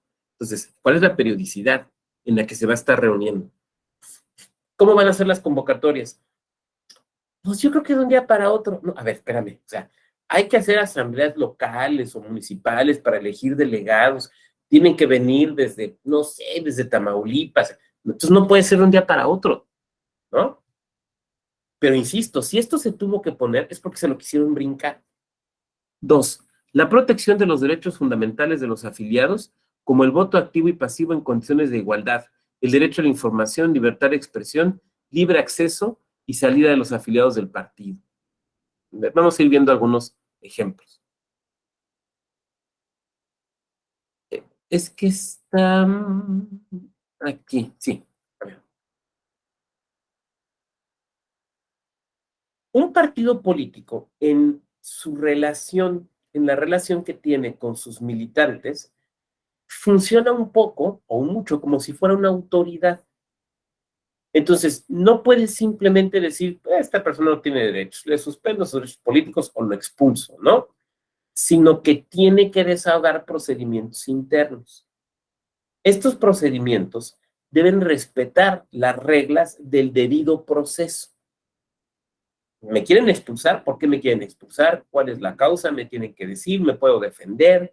¿Puedo tener un abogado o una abogada? ¿Puedo ofrecer pruebas? O sea, no es simplemente al capricho de quien dirige el partido político. No, pues lo voy a correr. ¿Por qué? Pues porque disputó contra mí la presidencia del Comité Directivo Municipal y perdió, pues por elemento gacho lo voy a correr. No, sabemos que no es así. Bueno, tiene que haber todo un tema de justicia intrapartidaria, pues. Eso es importante tenerlo claro. Entonces, eso debe estar entre los estatutos. Y no se vale que pongas cualquier cosa. Tienes que redactar tus estatutos de manera que estén de acuerdo con eso, con las reglas del debido proceso. El tema del voto, a ver, aquí bueno, ahorita lo vemos más adelante.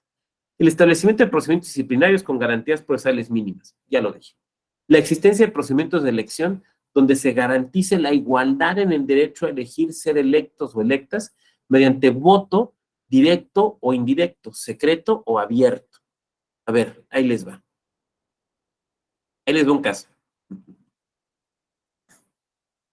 En la época medieval, existió una forma de elegir papas que se quedó en los estatutos o en la reglamentación del Vaticano hasta la época de Juan Pablo II, que era la elección por aclamación. Había una elección de papas que era por aclamación. ¿Alguien ha oído hablar de esta elección papal? Se llegó a usar, ¿eh? ¿Cómo funciona? Ya ven que cuando eligen papa, pues juntan a todos los cardenales ahí en un lugar y no los dejan salir o ahí se quedan hasta que eligen papa, ¿no? Bueno, eso lo inventaron en la Edad Media porque de repente se moría un papa y pues como ahí metía la mano que el emperador del Sacro Imperio Romano Germánico, que los Medici, que el rey de Francia, y luego se aventaban más de un año sin papa. Hasta que alguien dijo, no, ya, no podemos estar así. A ver, cuando se muere un papa, agarramos a todos los cardenales, los metemos en una iglesia o en un convento y no salen hasta que elijan. Y si se van tardando más de tanto tiempo, les vamos recortando la comida. Y se las aplicaron varias veces, ¿eh? Casi como presos. Pero era muy complicado porque había que negociar. Entonces dijeron, a ver, es que puede haber elección por aclamación. ¿Cómo era la elección por aclamación? Lo que voy a explicar es cómo decían que funcionaba. Bajaba el Espíritu Santo, entraba en el cuerpo de uno de los cardenales, que en pleno concilio cardenalicio de repente se paraba y decía, el Papa debe ser fulano de tal. Y entonces ese Espíritu Santo que había entrado en él, se pasaba a todos. Y entonces todos decían, sí, él debe de ser. Ya, nada de que tu papelito blanco y que lo quemamos, nada, sí, debe ser fulano, sí, todos estamos de acuerdo, ya. Elección por aclamación. Hubo papas que se eligieron así. Yo no sé si bajaba el Espíritu Santo o alguien les pasaba el pitazo de lo que quería el emperador, no sé, pero el chiste es que se llegó a usar. Bueno, e insisto, estuvo en los documentos de la Iglesia Católica hasta la época del Papa Juan Pablo. Un partido político se le ocurrió una buena idea, elegir a su dirigencia de esa manera. Entonces, reunieron a sus delegados en el Auditorio Nacional, ahí por Chapultepec y por Reforma, ahí juntaron a sus delegados. Y entonces, como si fuera animador de fiesta, estaba conduciendo, ¿están ustedes de acuerdo en que nuestro presidente sea fulano? Sí, pues ya es fulano. Oiga, ¿y quién contó los votos? No, pues es que dijeron que sí. Pero pudieron haber dicho que no. Pues yo y puro sí. Entonces ya se quedó, o sea, entonces, ¿cómo? Pues fue al oído, ¿no? Así como cuando el payasito de fiesta, ¿no? ¿Quién aplaude más? ¿De este lado o de este otro lado? La pregunta es, o sea, un payasito en una fiesta lo puede hacer, pues sí, Chabelo lo hacía en la Catafixis, o sea, se puede, pero ¿es un buen método para elegir dirigentes partidarios? Y más que un buen método, es un método democrático. Pues no. No, entonces el tribunal dijo, espérate. O sea, no, a ver, eso no se puede. Pero es que es nuestro libro de autodeterminación. No, pero tu libro de autodeterminación tiene límites. O sea, a ver, ¿cuántos votos hay? No hay. O sea, porque tú no puedes decir tantas gentes. Pues es que yo creo que la mayoría, a ver, éramos como 3,000 y hoy que gritaron bien fuerte, pues ahí ponle que 2,800. No, o sea, no se están contando los votos. No hay certeza. ¿Dónde están los votos de quienes votaron en contra? Bueno, mira, entonces vamos a hacer lo siguiente, que griten que sí, que griten los de no, no, no, no, es que no es a grito pelado, o sea, a ver, no estamos en la plaza pública, no, tiene que haber un método para saber quiénes votaban a favor y quiénes en contra. Ahora, ¿puede ser por voto secreto? Sí. ¿Puede ser por voto público? Sí. ¿Puede ser por voto abierto a la militancia también? O abierto a la ciudadanía o exclusivo a la militancia? Sí, está bien. Pero tiene que haber un método para saber cuántos votos hubo. Digo, ese es un principio elemental de la democracia, ¿no? ¿Cuántos votaron por cada opción? O sea, contamos votos, no escuchamos gritos. Son cosas distintas. Bueno, entonces funcionó de esta manera. Por eso el tribunal es parte de los elementos que dieron lugar a esta jurisprudencia que estamos analizando. Este es uno de los casos. Ahora, estas reglas también tienen que ser bajo un sentido equitativo. Voy a regresar a la lámina. A ver, por ejemplo, un partido político puede condicionar la candidatura a que su militante esté al corriente de sus pagos, de sus cuotas. Sí, desde luego lo puede hacer. O puede decidir que no, o dar un plazo, lo puede hacer, ¿no? Pero lo que no sería válido es que un partido político dijera, si se quieren inscribir militantes, hombres, para ocupar tal cargo, para contender en el procedimiento interno, adelante. Pero si son mujeres, tienen que demostrar estar al corriente. No, no, no, no, no. A ver, o la regla es para todas las personas o no es para ninguna. Porque no puedes establecer eso porque sea discriminatorio. Dije mujeres, pero puede haber dicho personas indígenas, pero puede haber dicho personas de la comunidad LGBTIQ, ¿no? Porque serían reglas discriminatorias. Pero es que queremos ver si pagaron. Ok, pero entonces pídeselo a todos. ¿Por qué nada más a este sector? ¿Por qué nada más a este grupo? ¿No? Bueno. Adopción, decíamos, de la regla de mayoría como criterio básico para la toma de decisiones dentro del partido. A ver, no puede haber o no debe haber partidos donde una sola persona decide todo. Pero es que es el dirigente, es el fundador, es la presidenta. Sí, o sea, claro, va a tener un peso importante. Seguramente es una figura política muy relevante dentro del propio partido político. Sus opiniones pesan, pero no quiere decir que pueda decidir todo, ¿no? Porque entonces tendríamos partidos de una sola persona, donde una sola voluntad es la que pesa.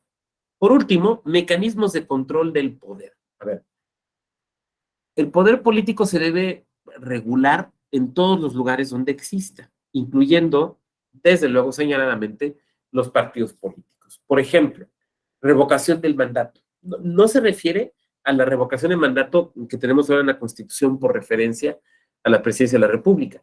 Se refiere a qué hacer si, por ejemplo, no sé, el secretario de Actas y Acuerdos o la presidenta del Comité Ejecutivo Municipal dejan de cumplir con sus funciones. ¿Cómo podemos removerlos?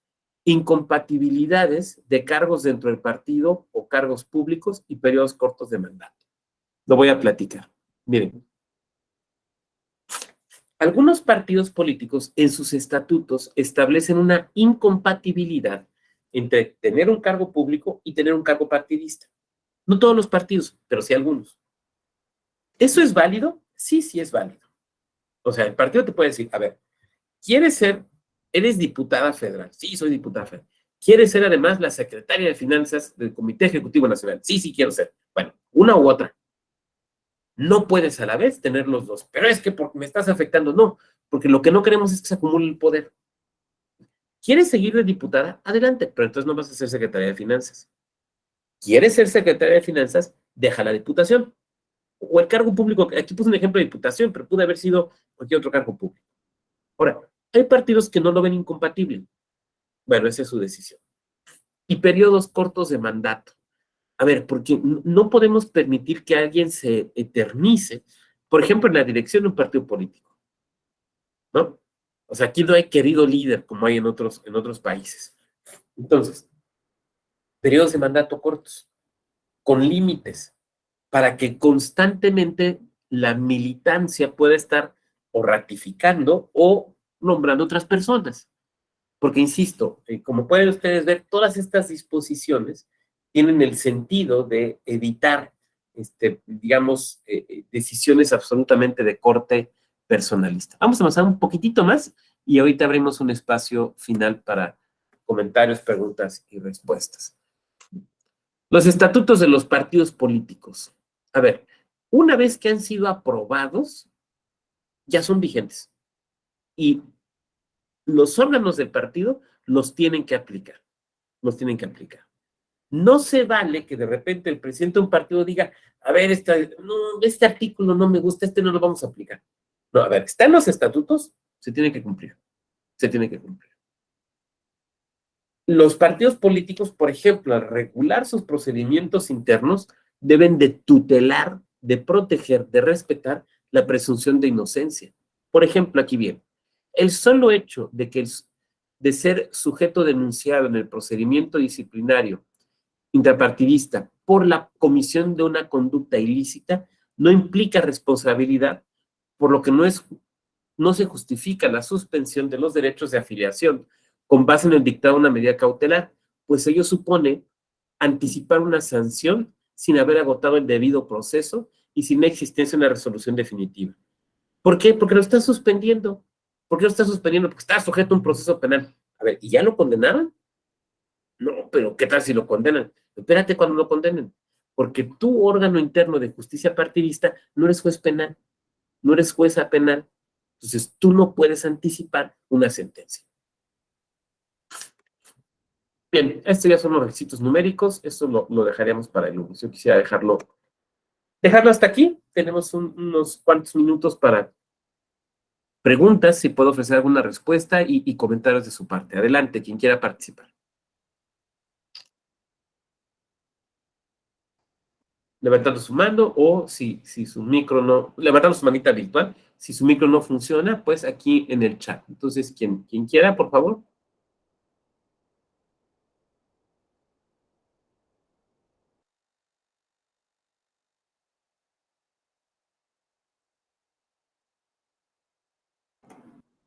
Raimundo, adelante. Doctor, una pregunta. Con esta parte que usted nos comentaba de la exigencia de la compatibilidad entre ejercer cargos partidistas y cargos de representación popular, ¿es válidamente jurídico exigirle o solicitar al diputado o a la diputada, supongamos que ejerce una función al interior del partido, que se separe de su cargo?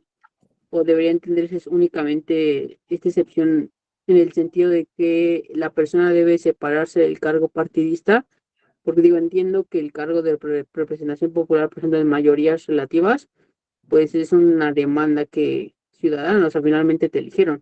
Entonces, no sé, me causa duda porque, por ejemplo, entiendo que actualmente está presentado este asunto con el caso de los consejos nacionales de Morena, porque creo que emitieron un acuerdo en el que se les exigió que se separaran del cargo de diputado para poder ejercer las funciones al interior del Consejo Nacional. Gracias. Y fíjate que es muy interesante. A ver, en principio, los partidos políticos pueden establecer esta regulación. O sea, ¿es constitucional? ¿Es válida? Sí. La respuesta corta es sí. Ahora, la verdad es que depende de varios factores. Porque, por ejemplo, hemos puesto aquí el caso de diputaciones o de senadurías. Entonces, supongamos que una persona es diputada y quiere ocupar un cargo partidista y su partido tiene esta regulación. No puedes tener ambos. Pero ya es diputada o senadora o regidor, por ejemplo, ¿no? Podemos pensar en distintas posiciones dentro del partido. Entonces, no, me quiero separar del cargo público electo porque me quiero desempeñar dentro del partido. Ok. Tiene que pedir presentar su solicitud de licencia.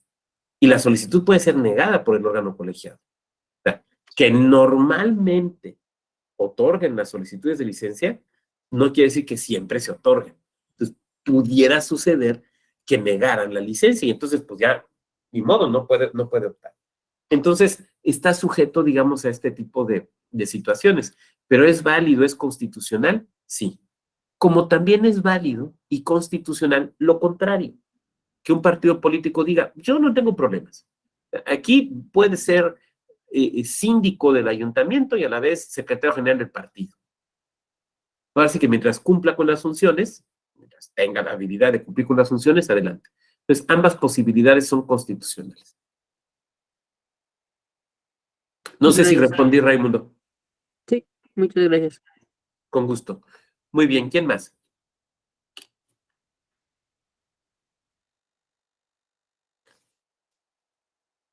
¿Quién más? Cuando no hay preguntas me quedo pensando que a lo mejor no fui claro y me preocupa. O comentarios.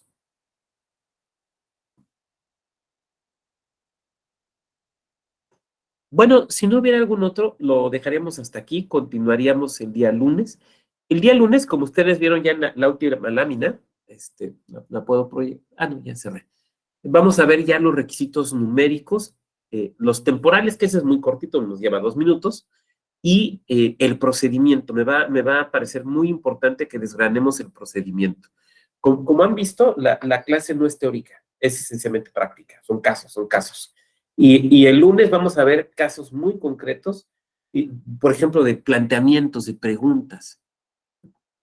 Se los adelanto. Un partido político dice, oye, para mis asambleas, ¿me das chance de llevarle agua a la gente? Porque va a llegar la gente a la asamblea y pues les da sed. Voy a llevarle sus botellitas de agua. Oye, pues luego llegan con hambre. Pues van unos sandwichitos, unas quesadillitas. Oye, luego fíjate que pues, la gente a veces a las asambleas, digo, pues son de ciudadanos, personas adultas, pues, pero pues muchas veces llegan con los hijos, ¿no? ¿Por qué? Pues porque no hay dónde dejarlos. Vente, vamos, me acompaña, mi hijo. Ahí vamos. Les puedo llevar a los niños, a las niñas que van a estar ahí. Les puedo llevar unos payasitos, unos maguitos, ahí para que los entretengan mientras los papás están acá discutiendo temas del partido. Los papás y las mamás. ¿Se vale? Se los dejo. Nos vemos entonces el día lunes. Que tengan un buen fin. Buen fin. Hasta luego. Buen fin, hasta luego.